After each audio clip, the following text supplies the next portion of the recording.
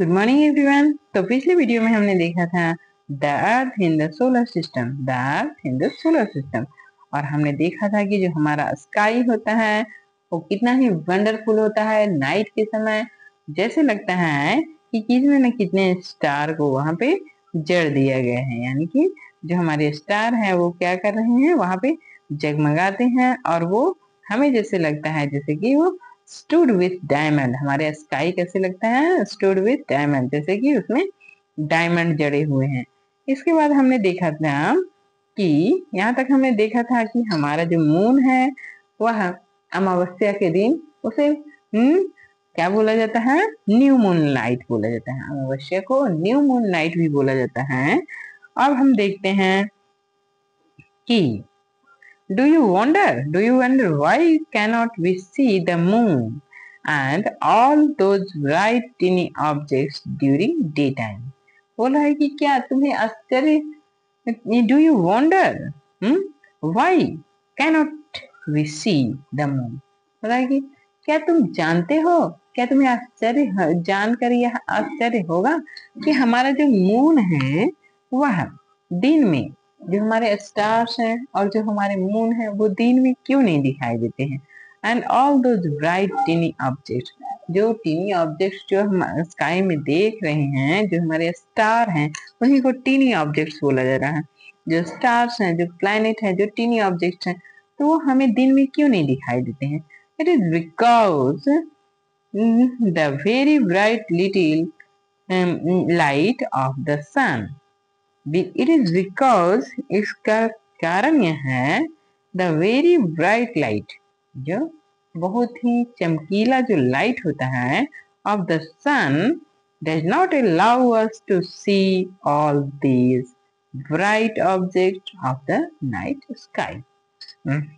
बोल रहा है कि ये जो वो जो स्टार जो दिन में नहीं दिखते हैं, वो दिन में नहीं दिखते हैं, इसका मतलब ये नहीं कि वो आसमान में नहीं है। वो दिन में भी आसमान में वैसे ही रहते हैं जैसे कि वो रात में रहते हैं। लेकिन दिन में स्काई में जो हमारी जो सूर्य की रोशनी इतनी तेजी तेज होती है, इतनी ब्राइट होती है, जिस कारण न तो हम मून को देख पाते हैं, नहीं हम स्टार को देख पाते हैं, नहीं हम स्टार को देख पाते हैं और नहीं हम मून के देख पाते हैं। यानी कि सन के कारण, सनलाइट के कारण हम जो टीनी ऑब्जेक्ट होते हैं उसको भी नहीं देख पाते और ना ही मून को देख पाते हैं। The sun, the moon and all those objects shining in the night sky is called celestial body.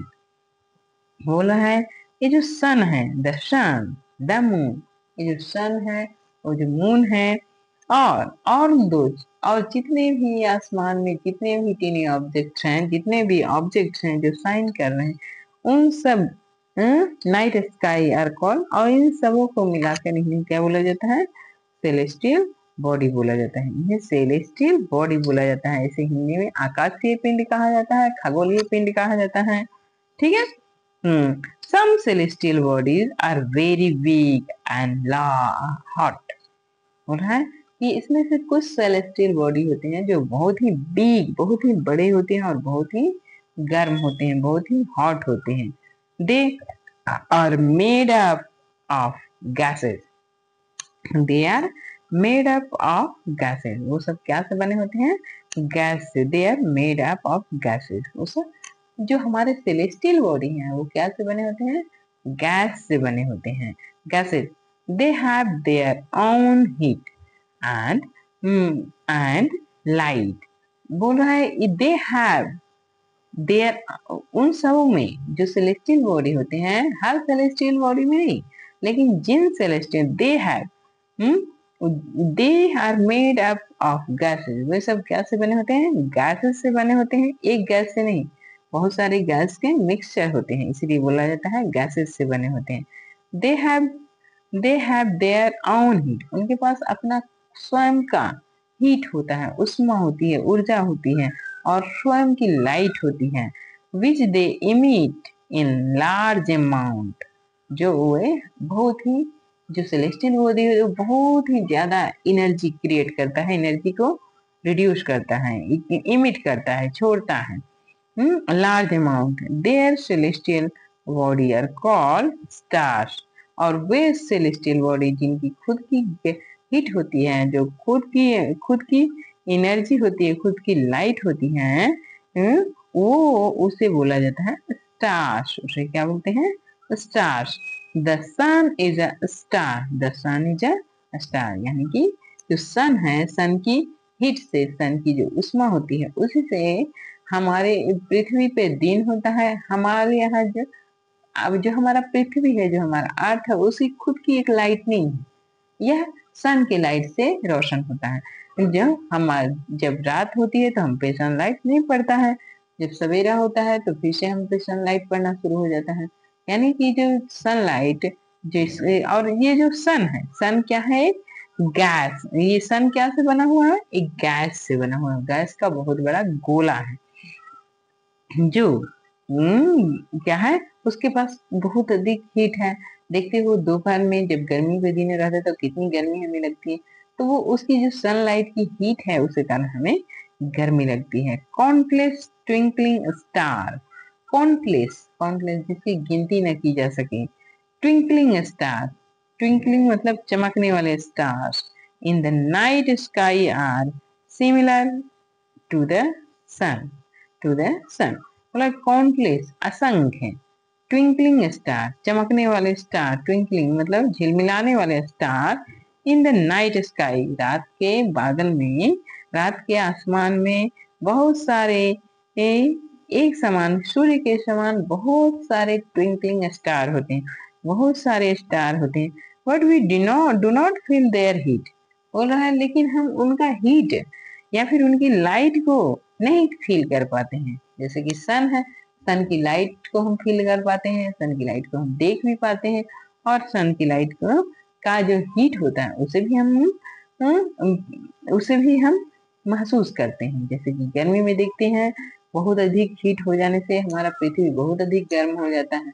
बोल रहा है कि जो, लेकिन ये जो सन है और बहुत सारे स्टार हैं, उनकी हीट और उनकी लाइट को हम क्या नहीं फील कर पाते हैं। क्यों? एंड दे लुक सो टिनी, क्योंकि वह सन जितना दूर है उससे भी अरबों किलोमीटर दूर वो हमसे हैं। सो टिनी, जिस कारण वो बहुत छोटे दिखाई देते हैं। लुक सो टिनी, वो मुझसे बहुत छोटे दिखते हैं। Because they are very very far from us, क्योंकि वह हमसे बहुत बहुत बहुत दूर हैं। वो हमसे क्या है? बहुत बहुत दूर हैं। अब चलिए नेक्स्ट देखते हैं। You must have notice that all object look smaller when see from a distance. बोल रहा है कि यू मस्ट हैव नोटिस, तुमने जरूर देखा होगा। क्या देखा होगा? दैट ऑल ऑब्जेक्ट, जितने भी ऑब्जेक्ट्स हैं, उनको अगर दूर से देखा जाए, लुक स्मॉलर देखें, दिखते हैं छोटे। स्मॉलर फ्रॉम अ डिस्टेंस, अगर हम दूरी से देखें तो हर चीज, हर वस्तु दूरी से देखने पे छोटी दिखाई पड़ती है। अक्सर आप घर की छतों पे चढ़ते हैं तो आप देखते होंगे कि छत पे से अगर हम नीचे जमीन पे जाने वाले आदमी को, गाड़ियों को देखते हैं तो वो बहुत ही छोटे दिखते हैं। तो वैसे ही जो हमारे स्टार है वो बहुत बड़े हैं, लेकिन वो बहुत बहुत लाखों करोड़ों अरबों किलोमीटर दूर हमसे हैं, इसीलिए वो क्या है? बहुत छोटे दिखते हैं। ठीक है। How small an aeroplane. देखो एरोप्लेन, एरोप्लेन जब आसमान में जाती है तो हम उसे देखते हैं तो हमें बहुत ही छोटा दिखाई पड़ता है, लेकिन वो बहुत बड़ा होता है। अगर पास में बैठे देखेंगे तो वो बहुत ही बड़ा होता है। Looks when it is flying at a great height. बोल रहा है कि एरोप्लेन जब बहुत ऊंचाई पे उड़ता है तो हमें कैसे बहुत ही छोटा खिलौने टाइप का दिखता है। While watching the night sky, जब हम रात के आसमान को देखते हैं, you may notice various patterns formed by the different group of stars। बोल रहा है कि जब हम रात में आसमान को देखते हैं, स्काई को देखते हैं, तो उसमें बहुत सारे पैटर्न दिखते हैं। You may notice, तुमने नोटिस किया होगा, various pattern form by different group of star. जो स्टार का बहुत सारे पैटर्न होते हैं, बहुत सारे, इसका मैंने वीडियो में, दूसरे वीडियो में मैंने बताया है। तो ग्रुप ऑफ स्टार के बहुत सारे पैटर्न होते हैं। They are called constellation. वो जो पैटर्न होता है उसे क्या बोला जाता है? कॉन्स्टेलेशन। उसे क्या बोला जाता है? कॉन्स्टेलेशन बोला जाता है। देखिए यहाँ पे देखिए उर्सा मेजर,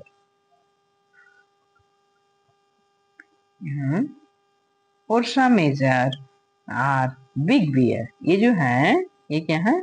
ये जो है यहाँ देखिए, ये क्या है?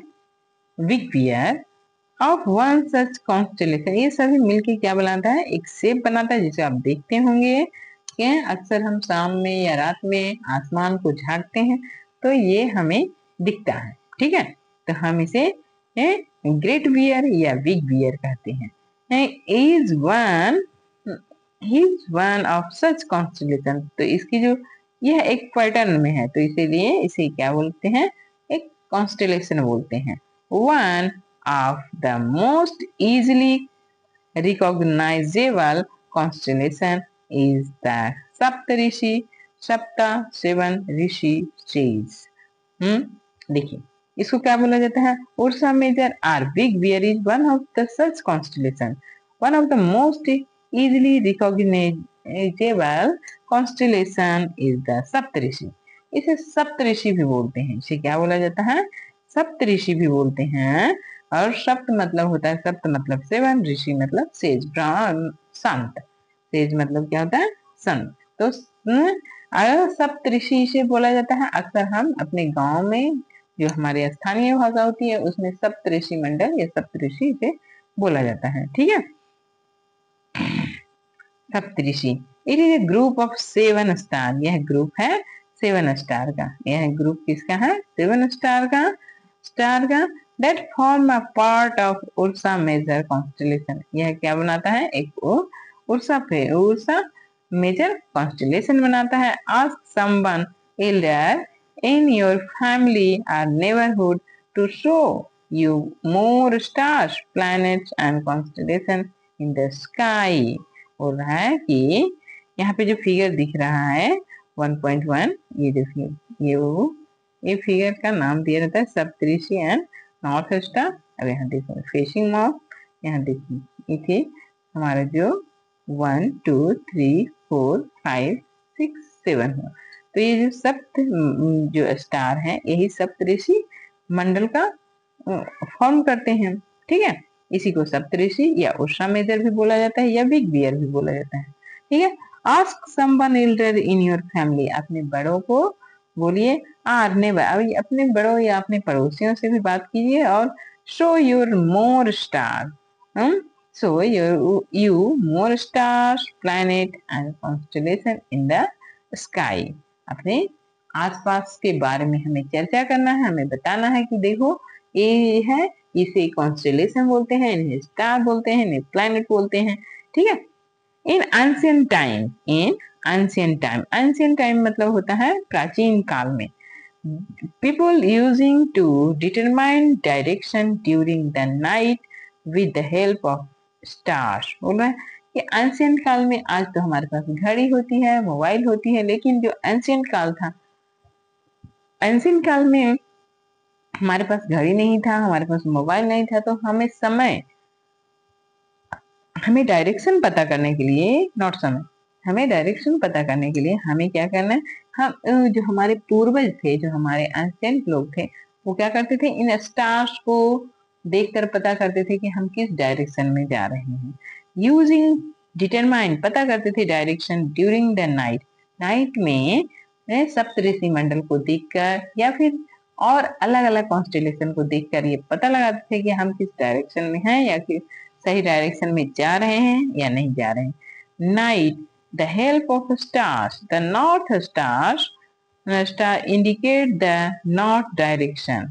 बोला जो नॉर्थ स्टार्स होता है इंडिकेट नॉर्थ डायरेक्शन। जो नॉर्थ स्टार होता है वो हमेशा ये जो होता है ये हमेशा नॉर्थ का ही डायरेक्शन बताता है, ये इसे नॉर्थ स्टार बोला जाता है। यह हमेशा नॉर्थ का ही डायरेक्शन बताता है। North direction, it is called pole star. इसे क्या बोला जाता है? Pole star. इसे क्या बोलते हैं? Pole star. It always remain in the same position in the sky. और यह कभी भी अपना पोजीशन चेंज नहीं करता है, यह हमेशा अपना पोजीशन एक जगह स्टेबल रखता है, इसीलिए इसे पोल स्टार कहा जाता है। और इसी से जो हमारे एंशियंट लोग थे, एंशियंट पीपल थे, वह जो नॉर्थ स्टार से पता करते थे कि हमारा जो डायरेक्शन है एक कांस्टेंट हो गया। नॉर्थ से साउथ पता हो जाता था, साउथ से ईस्ट एंड वेस्ट पता हो जाता था। Position of the pole star, we can locate the position of the north star with the help of the सप्तऋषि। अब उससे हमें सप्तऋषि का ज्ञान हो जाता था। जैसे ये देखिए नॉर्थ में है, यहाँ देखो ये नॉर्थ है, ये नॉर्थ है,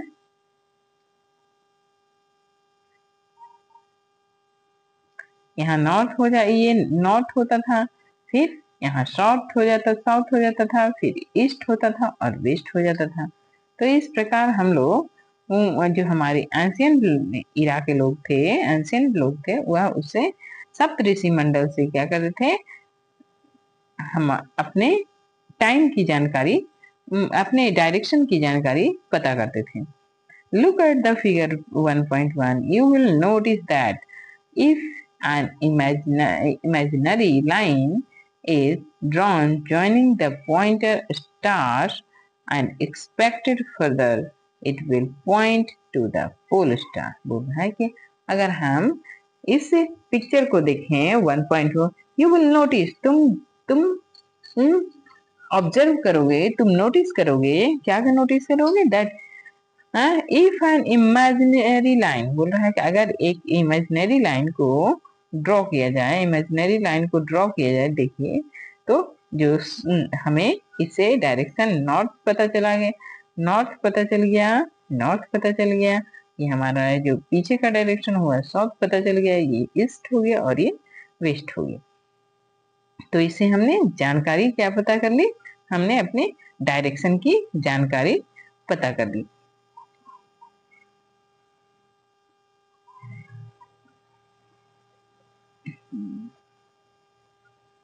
इस प्रकार some constellation body, some celestial body do not have their own heat and light। बोला जो some celestial body होता है उसका अपना heat और light नहीं होता है। They are lit by the light of the other the stars। बोल रहा है कि वह चमकता है स्टार की लाइट से, वह क्या करता है? चमकता है। They are lit by the light of the star। वह स्टार की लाइट से ही चमकता है। Such body are called planet। उन बॉडी को क्या बोला जाता है? प्लैनेट। जैसे कि हमारा जो अर्थ है, अर्थ का स्वयं का लाइट नहीं है, तो स्वयं का हीट नहीं होता है। अर्थ क्या होता है? सन के लाइट से चमकता है, सन की लाइट से चमकता है। सन की लाइट पड़ने से यहाँ पे जहाँ लाइट पड़ता है वह दिन हो जाता है। तो ये क्या है? प्लैनेट है। The word planet comes from the Greek word planetia, planetia। इसका मतलब है which means wonders, wonders। The earth on which we live in a planet, the earth on which we live in a planet, it get all its heat and light from sun, which is our nearest stars। If we look at the earth from a great distance, say the moon, it will appear to the shining just on the moon। तो इसका मतलब है कि the word planets come from Greek words. हमारा जो planet word शब्द है वह कहाँ से आया है? ग्रीक वर्ड से आया है, प्लैनेटिया से आया है, प्लैनेटिया से आया है। और विच मीन्स वंडर्स। वंडर्स में इसका जो वंडर्स होता है इसका मतलब होता था प्लैनेटिया का the earth on which are live in a planet, जो पृथ्वी है और जो इस पे रहते हैं, it get all its heat. जो यहाँ पे रहते हैं उन सबको यहाँ से हीट और लाइट किससे मिलता है? सन से मिलता है। जो हमारा सबसे पास का स्टार है, नियरेस्ट स्टार। सन क्या है, हमारे सबसे नियरेस्ट स्टार है। If we look at earth from the great distance, say the moon say the moon, it will appear to the shining just as the moon. If we look at the earth from the great distance, बोल रहा है कि अगर हम पृथ्वी को दूरी से देखें, जस्ट लाइक, तो हम जो पृथ्वी है वो मून की जैसा दिखेगा। वो किसके जैसा दिखेगा? मून के जैसा दिखेगा। क्यों? क्योंकि इसके पास खुद, जैसे मून के पास भी खुद की लाइट नहीं है, वैसे ही सन की जो पृथ्वी है उसके पास भी स्वयं की लाइट नहीं है। इस प्रकार हमने आज यहाँ तक पढ़ा। नेक्स्ट वीडियो में हम आगे पढ़ेंगे। ठीक है, धन्यवाद।